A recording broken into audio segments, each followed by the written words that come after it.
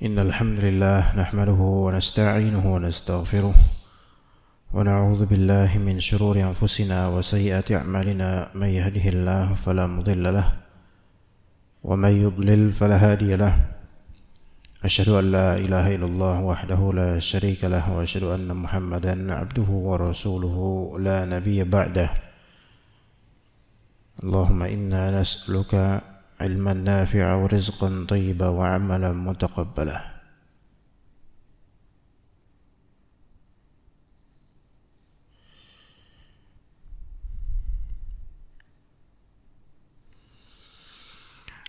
Insyaallah kita akan membahas kitab Ar-Rawd Al-Murbi'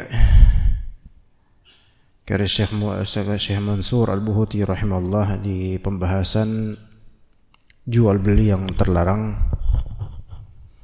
Ada beberapa jual beli yang dilarang secara kaidah syar'i disebutkan dalam kitab ini, dan nanti ada pembahasan tentang masalah jual beli perbudakan, jual beli budak yang itu kita skip ya karena tidak terjadi pada zaman ini. Kita mulai dari perkataan dari kitab Zad Al-Mustaqni' wala silahun fi fitnatin. Ya, tidak boleh dijual beli senjata di masa fitnah. Di masa fitnah. Fitnah itu seperti peperangan, pemberontakan dan semisal itu. Dan dikatakan dalam Rawd Al-Murbi' wala bai'u silahin fi fitnatin bainal muslimina li'annahu alaihi salam naha anhu. Dan tidak diperbolehkan menjual silah senjata di masa fitnah bainal muslimin, antara kaum muslimin. Dan disebutkan sini li'annahu alaihi salam naha anhu, karena Nabi SAW melarangnya. Tapi hadisnya dhaif untuk yang larangan Nabi ini. Hanya saja dalil-dalil syar'i lainnya dan kaidah-kaidah syariat itu memang condong melarangnya. Disebutkan dalam ayat Al-Quran surah Al-Ma'idah wala ta'awanu 'alal itsmi wal 'udwan, dan janganlah kalian saling bahu-membahu terhadap dosa dan permusuhan.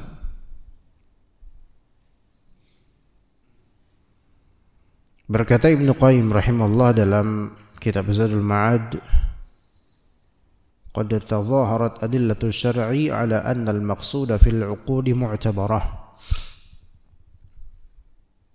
Dalil-dalil syar'i telah menjelaskan bahwasanya al-qusud fil 'uqud mu'tabarah. Niatan atau maksud dalam akad itu diperhitungkan. Dalam akad jual beli, niatan di hati itu berpengaruh terhadap akad. Meskipun tidak diketahui oleh pihak lain. Pihak penjual tidak tahu niatan pembeli, pihak pembeli tidak tahu niatan penjual, Itu bisa berpengaruh terhadap keabsahan akad atau keharaman akad. Begitu juga kalau diketahui atau sama-sama tahu, ini lebih berpengaruh lagi pada keabsahan akad atau kehalalan dan keharamannya. Jadi boleh jadi pembeli membeli suatu barang yang akan dia gunakan untuk kejahatan, namun penjual tidak tahu niatan itu.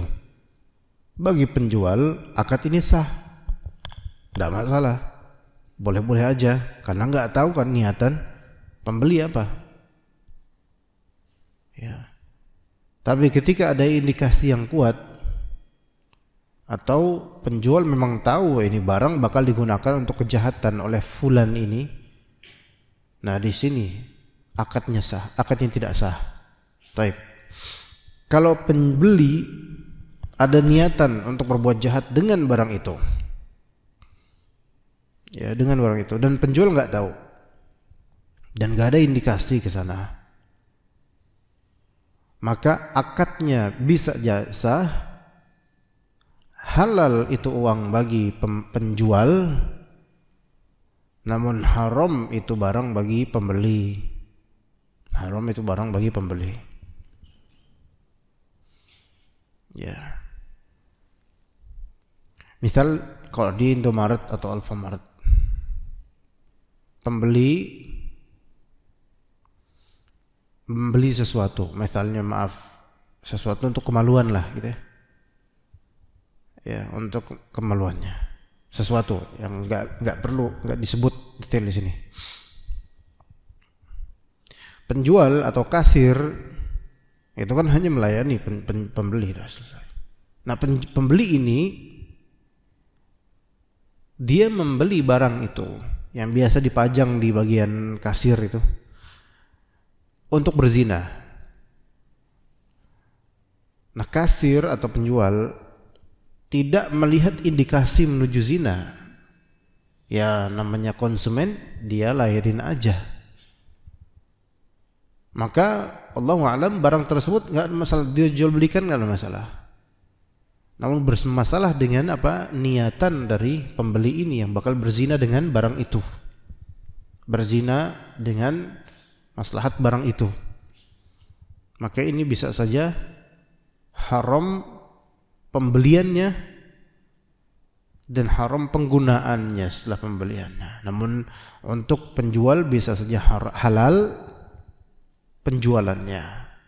Gitu. Ini menunjukkan al-qusud fil 'uqud mu'tabarah. Maksud-maksud dalam akad-akad itu bisa diperhitungkan. Ya, al-qusud fil 'uqud mu'tabarah. Niatan dalam akad itu bisa diperhitungkan, Allah Maha tahu. Boleh jadi bagi lawan akad itu sah atau boleh, dan bagi pihak pengakad itu tidak sah atau tidak boleh, bisa saja. Misal lainnya, an-nikah biniyati talaq, menikahi dengan niatan akan mentalak. Ini bukan nikah mut'ah yang jelas-jelas nikah dan dalam akad nikah menyebutkan sampai kapan saya akan nikah, sampai kapan nikah kontrak ini gitu. 6 bulan misalnya. Kalau ini jelas batil, kalau ini mah. Tapi ini nikah berakad, si suami itu punya niatan bakal saya talak dia nanti pas 6 bulan, tapi saya enggak ngomong apa-apa.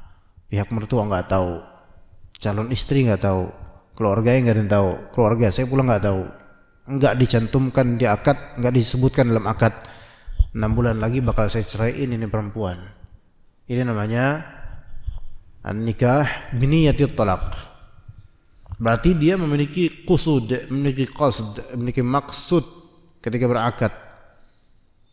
Dan maksud ini maksud yang buruk. Ulama berbeda pendapat. Kalau masalah haram ini jelas memang haram. Ini jelas haram, nikah dengan ada niatan untuk menceraikan kelak. Ini haram. Ini bertentangan dengan prinsip asalnya nikah.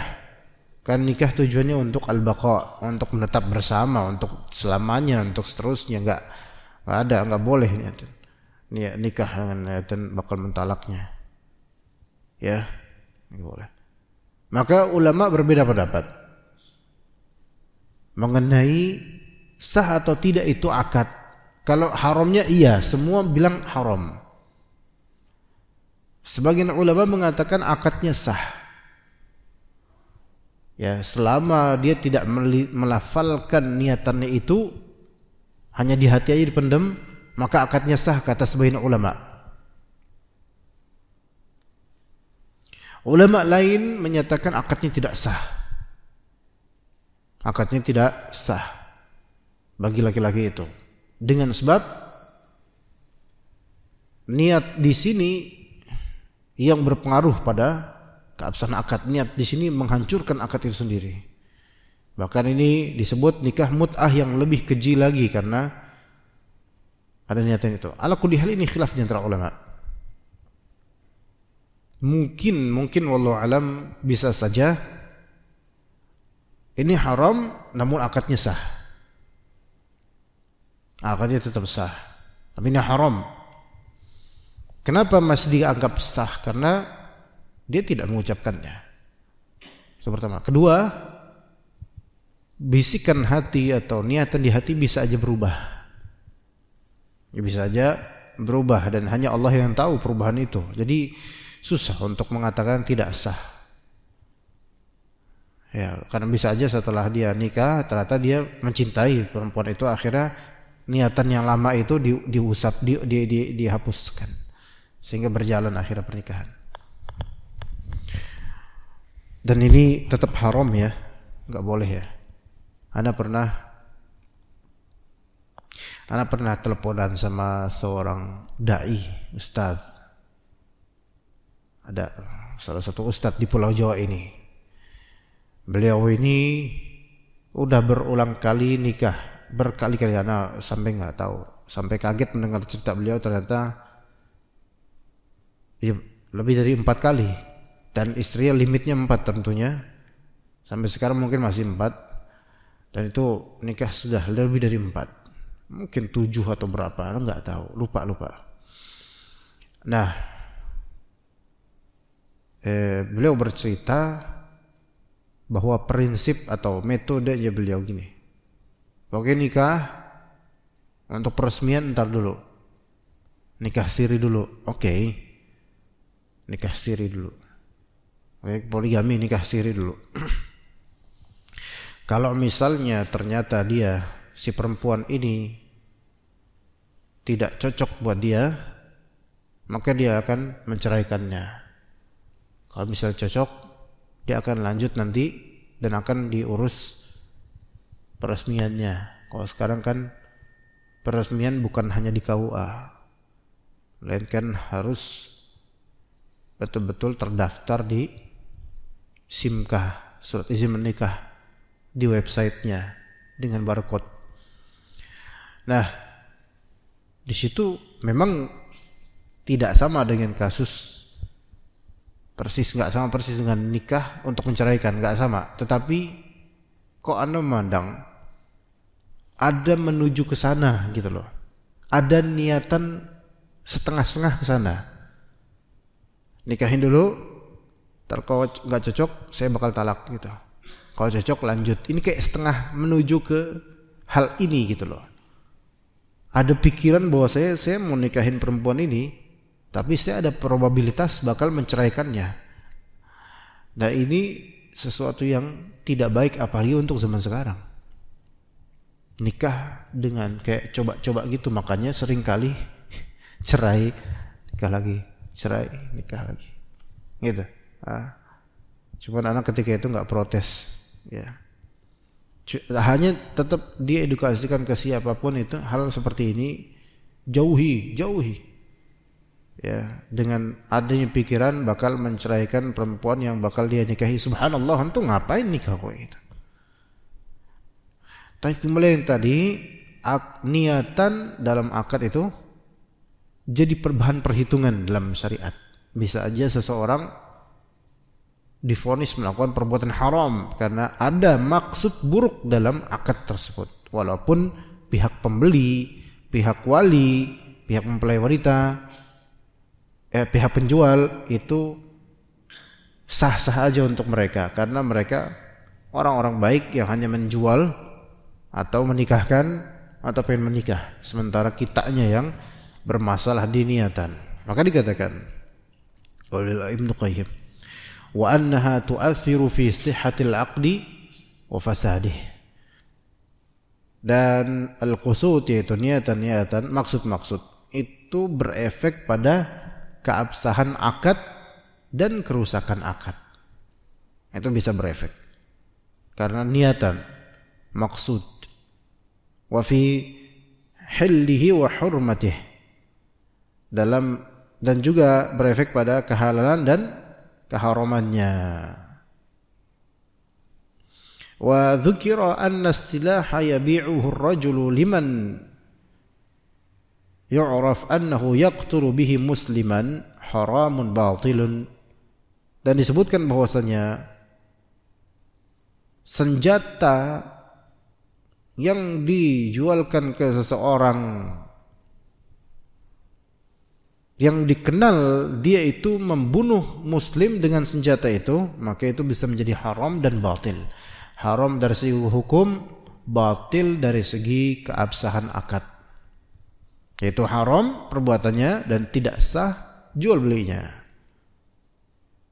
Itu menjual senjata ke orang yang dikenal dia bakal membunuh dengan senjata itu atau memadaratkan orang dengan senjata itu, maka ini haram secara perbuatan dan batil secara akad.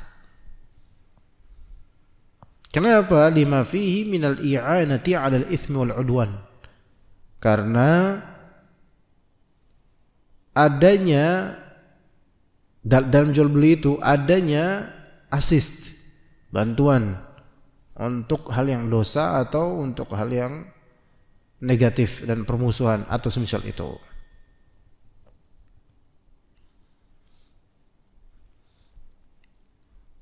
Misalnya membeli benang tertentu, dia penjual benang ya atau penjual peralatan pancing dan semisalnya. Kalau untuk para pemancing jelas fadhal, silahkan jual. Namun ada seseorang yang dikenal begal atau penyamun jalanan dan dia punya trik, yaitu di jalanan kalau malam dipasang mungkin 1,5 meter ke atas, 1 meteran itu dipasang semacam wire bukan benang sih, wire itu wire itu kabel atau kecil gitu, yang kecil yang kalau pemotor senar semacam itu ya, pemotor lagi kecepatan 60 km/h kejiret gitu, itu bisa kena lehernya dan jatuh misalnya. Ini orang geng begal ini dia nih yang biasa pakai itu. Ada indikator karena pengetahuan kita tentang dia, profil dia, track record dia, maka jika dia pengen beli senar itu nggak boleh, ya haram karena indikasinya ada gitu, dan tidak sah jual belinya. Kalau terjadi tidak sah, ketika tidak sah berarti uang yang kita terima darinya itu uang yang haram total, dan perbuatan yang kita perbuat perbuatan haram ya gitu. Sebaliknya, wa idza ba'ahu liman yu'raf annahu yujahidu bihi fi sabilillahi fahuwa ta'atun wa qurbah. Dan jika dia menjual barang tersebut atau silah, senjata tersebut kepada orang yang dikenal bahwasanya orang ini berjihad fi sabilillah dengan senjata tersebut, maka itu adalah ketaatan dan bentuk pendekatan daripada Allah Azza wa Jalla. Ini berlaku sebenarnya umum lagi gitu. Yang penting ada niatan untuk membantu dia berjihad fi sabilillah walaupun kita jual. Ini juga Ini juga termasuk ketaatan.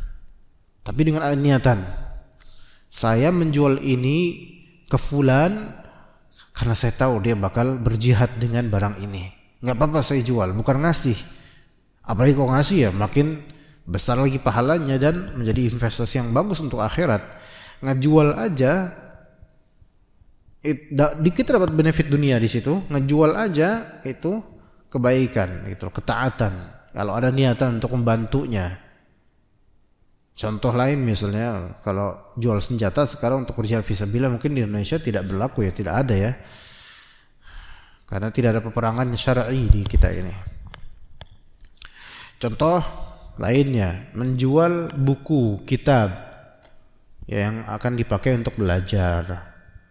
Ya, yang akan dipakai untuk belajar. Kalau misalnya penjual ini ada niatan untuk memudahkan kaum muslimin atau anak-anak muslim ya supaya beramal soleh, belajar, maka walaupun kita ngejual bukan ngasih, ngejual kita dapat untung duniawi, tapi al-qusud, maksud ini itu diperhitungkan oleh Allah Subhanahu wa taala. Ya, walaupun ngejual. Misal pedagang-pedagang buku yang ada di kajian-kajian besar misalnya, walaupun sekarang nggak banyak ya yang seperti ini, dulu banyak. Dia jalan ke kajian tertentu, cari nafkah, ngegelar lapak buku, madu dan seterusnya. Yang ngebeli itu ya orang-orang pengajian itu, setelah kajian pada beli, umahat misalnya, pada beli buku-buku para ustadz, buku-buku para ulama gitu. Lalu ada yang datang dan dia niatan ngejual ini buku-buku supaya semoga mempermudah dia untuk beramal, mempermudah konsumen untuk beramal. Kan dijual harga berapa? Bahkan jual madu misalnya dengan niatan semoga dengan ini kaum muslimin makin sehat. Ini sebenarnya walaupun bukan sedekah ya masuknya, tapi niatan seperti ini adalah niatan seperti ini membuat hal yang tadinya mubah menjadi hal yang dianjurkan dan berpahala. Gitu. Jadi hal yang dianjurkan dan berpahala. Itulah indahnya Islam ya. Kita tuh sangat produktif untuk meraih pahala dari Allah Azza wa Jalla, walaupun dari hal-hal yang asalnya mubah dan boleh. Bisa kita menjaring pahala di situ dengan al-qasd dan niat, dengan adanya niatan untuk membantu atau beramal. Begitu. Tapi kalau niatan itu enggak ada, pure murni untuk jualan buku doang, udah enggak ada pikiran untuk mencerdaskan kaum muslimin, maka tidak ada pahala khusus di sini, enggak ada. Begitu. Makanya ikhwas sekalian, antum belajar apapun, walaupun belum tentu ini akan diajarkan ke siapa-siapa, tapi ada niatan saya belajar ini supaya siapa tahu nanti ada orang butuh ilmu ini, maka ini berpahala. Walaupun itu mungkin belum tentu terjadi, belum tentu antum mengajar, belum tentu ada orang yang minta fatwa antum. Ya belum tentu antum akan mendidik orang-orang dengan ilmu yang antum pelajari ini misalnya. Belum tentu, tapi ada cita-cita, ada keinginan, ada niatan supaya siapa tahu ada yang mau minta pendapat ana atau ada yang mau nyari dalilnya, nanti ana tahu ana sampaikan dengan ilmu yang ana pelajari sekarang. Maka itu ada pahalanya. Begitu, dan enggak bisa diremehin. Namanya pahala dari Allah itu enggak ada yang diremehin. Semua kebaikan. Begitu, apapun ilmu yang bermanfaat itu, apapun ilmu itu bermanfaat. Makanya dalam doa kan kita, Allahumma inni as'aluka ilman nafi'a wa rizqan thayyiban wa 'amalan mutaqabbala. Ya Allah, saya meminta kepada Engkau suatu ilmu yang bermanfaat, amalan yang diterima, rezeki yang baik. Itu masih mujmal, masih ambigu. Ilmunya seperti apa? Ya terserah Allah mau ngasih ilmu apa. Rezekinya seperti apa? Yang penting baik, terserah Allah seperti apa. Amalannya yang bakal diterima kayak mana? Terserah Allah yang bakal diterima seperti apa. Ya, berarti masih ambigu Bapak itu. Makanya memiliki pengetahuan dan ilmu walaupun pengetahuan umum, tapi kalau meniatkan dengan pengetahuan ini, barangkali saya akan memberikan kebaikan ke orang, maka itu berpahala. Kalau misalnya sekarang kita misal belajar bisnis, ilmu bisnis, ilmu manajemen, ilmu tentang koperasi, ilmu tentang marketing, atau yang kekinian misal digital marketing misalnya. Ini ilmu dunia, murni ilmu dunia. Ya, bisa menjadi wasilah murni keduniaan, bisa menjadi wasilah menuju akhirat. Tapi kemudian kita belajar misal digital marketing. Walaupun usia mungkin 50 ke atas, masih aja belajar digital marketing misal. Tapi ada niatan, barangkali dengan ilmu ini saya bisa mencontohkan ke keluarga saya bahwasanya seorang muslim itu jangan terlalu gaptek banget. Misalnya, ini yang saya tua ini aja berusaha untuk belajar digital marketing supaya anak-anak saya, cucu-cucu saya, mereka mendapatkan contoh dari kakeknya, sehingga ini jadi keluarga muslim yang memiliki keterbukaan terhadap perkembangan dunia sehingga mempunyai kewibawaan dan tidak diremehkan oleh orang non muslim. Itu ada. Kalau ada niatan seperti itu, ikhwan, itu ada pahala, memberikan izzah pada keluarga muslim. Apalagi digital marketing ya sekarang penting untuk orang-orang yang pengen mendapatkan income untuk kemaslahat keluarganya dan seterusnya, penting. Ya, kita jangan meremehkan ilmu-ilmu dunia. Kalau kita udah ngaji bagus, tapi nggak seperti dulu kita bisa fokus ngaji aja udah, nggak perlu ilmu-ilmu umum. Sekarang perlu ilmu umum untuk anak-anak kita, itu perlu ilmu umum. Tanamkan untuknya selain ilmu, setelah ilmu akidah, ilmu agama, fikih, ilmu umum seperti bahasa Inggris, ilmu bisnis kelak, itu perlu agar tidak ketinggalan sehingga umat Islam punya wibawa dan nggak ngemis-ngemis lagi. Antum lihat bagaimana Presiden USA aja itu beberapa kali tunduk dengan Saudi Arabia, sampai Saudi Arabia jadi bahan fitnah oleh beberapa orang-orang seperti Antek USA lah, Antek Nasrani dan seterusnya. Padahal kalau dilihat tunduk sama Saudi Arabia karena apa? Saudi Arabia memiliki ketegasan dan memiliki apa? Memiliki fulus. Ya. Kalau di masyarakat orang yang udah punya rumah walaupun ngutang dengan orang yang ngontrak, pasti orang-orang lebih akan menganggap yang punya rumah ini walaupun ngutang itu lebih berharkat, terhormat walaupun punya hutang. Karena apa? Dianggap punya duit. Karena dianggap punya duit. Dianggap punya gitu loh. Dianggap berpunya gitu.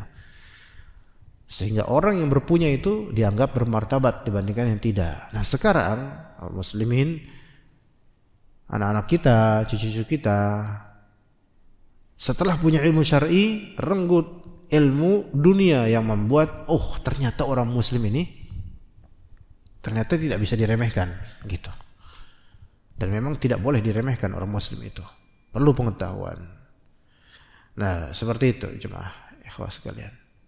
Sehingga apa di sini dalam berakad, dalam berjualan, dalam belajar ilmu apapun, kalau ada tujuan untuk kebaikan kaum muslimin atau kebaikan Islam dengan ilmu itu, maka Anda dapat pahala. Itu alhamdulillah dapat pahala. Ya. Dahulu kala ketika kajian-kajian itu hanya cukup saya ngajar Anda dengerin gitu kan. Dulu ulama-ulama itu mungkin atau ustaz-ustaz di era 2005 kurang atau 90-an apalagi masih jarang banget dulu kajian. Mana ada pikiran punya kameramen, mana aja pikiran punya laptop, kamera, devices, peralatan untuk diliput. Bahkan dulu mungkin ngapain liput kayak artis aja gitu. Tapi sekarang butuh.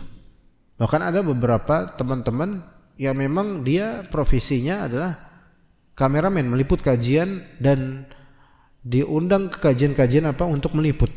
Memang spesialisnya di situ. Nah, kalau kameramen ini walaupun dapat fulus, walaupun dapat gaji baik permanen atau sementara, walaupun dapat gaji, dia buat nafkahi dapat gaji. Tapi kalau niatan di perbuatan meliput kajian-kajian ini untuk mencerdaskan kaum muslimin, membantu kaum muslimin mendapatkan fitur-fitur yang bermanfaat, dapat pahala. Ya, jadi jangan kira, kalau udah dapat dunia nggak bakal ada pahalanya. Nggak gitu. Nggak gitu juga. Nggak seperti itu.